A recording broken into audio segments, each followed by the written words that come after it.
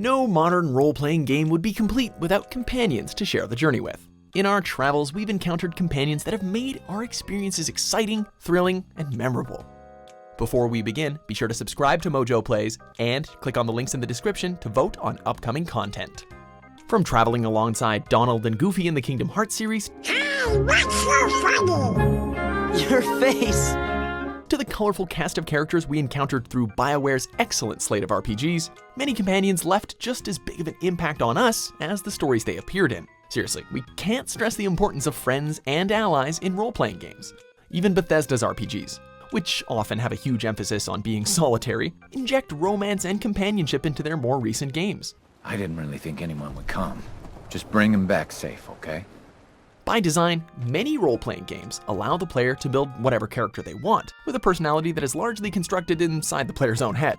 The player character themselves doesn't get much in terms of narration or a major arc. Thus, the companions that accompany the player in their journey are even more important, because, unlike the player, they can get an interesting and focused personality. And maybe you don't actually care about the other characters in your party. Maybe you're playing the game to explore its world or engage in its challenging combat. Additional party members can be just as important in these cases as well, because they often fill gaps in the player's abilities. And they're needed to balance out the team by providing moves and spells that the player's chosen class simply doesn't have access to.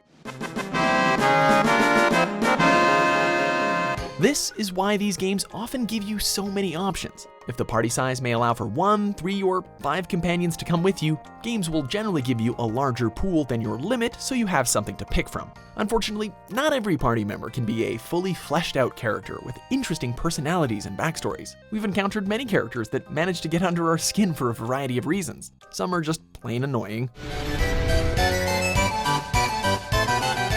while others are unbelievably useless in combat, and a special few manage to do both at the same time. With this in mind, it is with vindictive certainty we can name Cait Sith from Final Fantasy VII to be the absolute worst party member of all time. As far as character design goes, Cait Sith isn't technically the worst. He's an adorable cat riding on top of a big fat mechanical Moogle. We get it, that's kind of cute, I guess. What's puzzling about his appearance though, is when you see him next to some of the other playable characters in Final Fantasy VII. He just seems so out of place when he's standing next to a spiky-haired dude with an oversized sword or a busty brawler girl. The world of Final Fantasy VII is pretty dark, which makes Cait Sith stand out like a sore thumb. Another issue with Cait is that he doesn't serve much of a purpose to the overall plot of Final Fantasy VII. He's a robot cat that's being controlled by someone from Shinra, but he's a spy for Avalanche, which makes him a double agent. That's technically cool and all, but what does that add to the story? Well, the answer is really nothing. It just feels like Cait was created specifically for this meaningless detail. In Cait Sith's case, his character and backstory throw in unnecessary details to the lore while simultaneously trying to be comic relief. Simply put, in terms of the tone and story of the game, he just doesn't belong.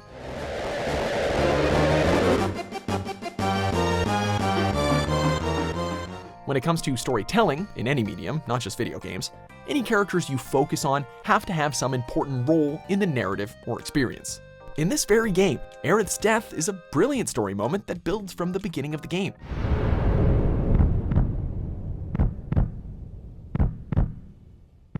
Because of how much time we spend with her and her significance to the events of the story, the tragedy surrounding her death hits audiences harder, whereas Cait Sith's story is told in a way that's kind of inconsequential to the whole thing. Here's this robot cat that joined your party. Guess what? He's working for Shinra. Never mind, he's actually a spy for another organization.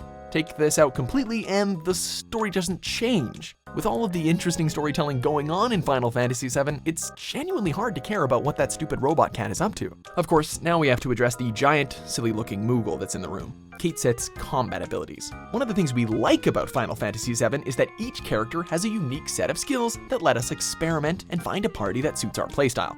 Cloud, Barret, and Tifa are great for those who want to focus more on attacking.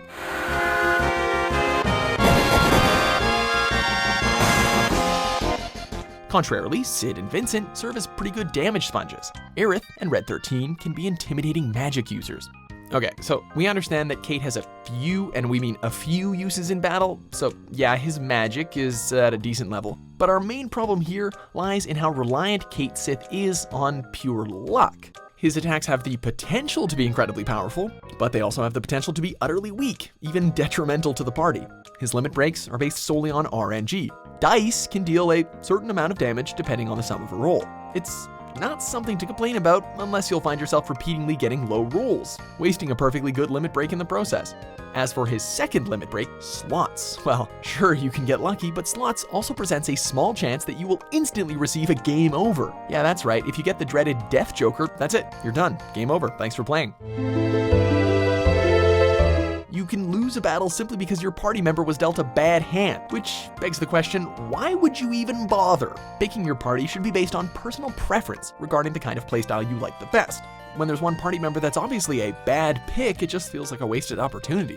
So, is Cait Sith the worst character in video games? Certainly not. Is he the absolute worst RPG party member of all time? As far as we're concerned, definitely. He's got a pointless backstory that contributes nothing to the universe, his character design feels completely out of tone and place, and his dependence on luck for his most powerful moves make fights feel completely random. It is for all of these reasons that we are naming Cait Sith the worst RPG party member of all time.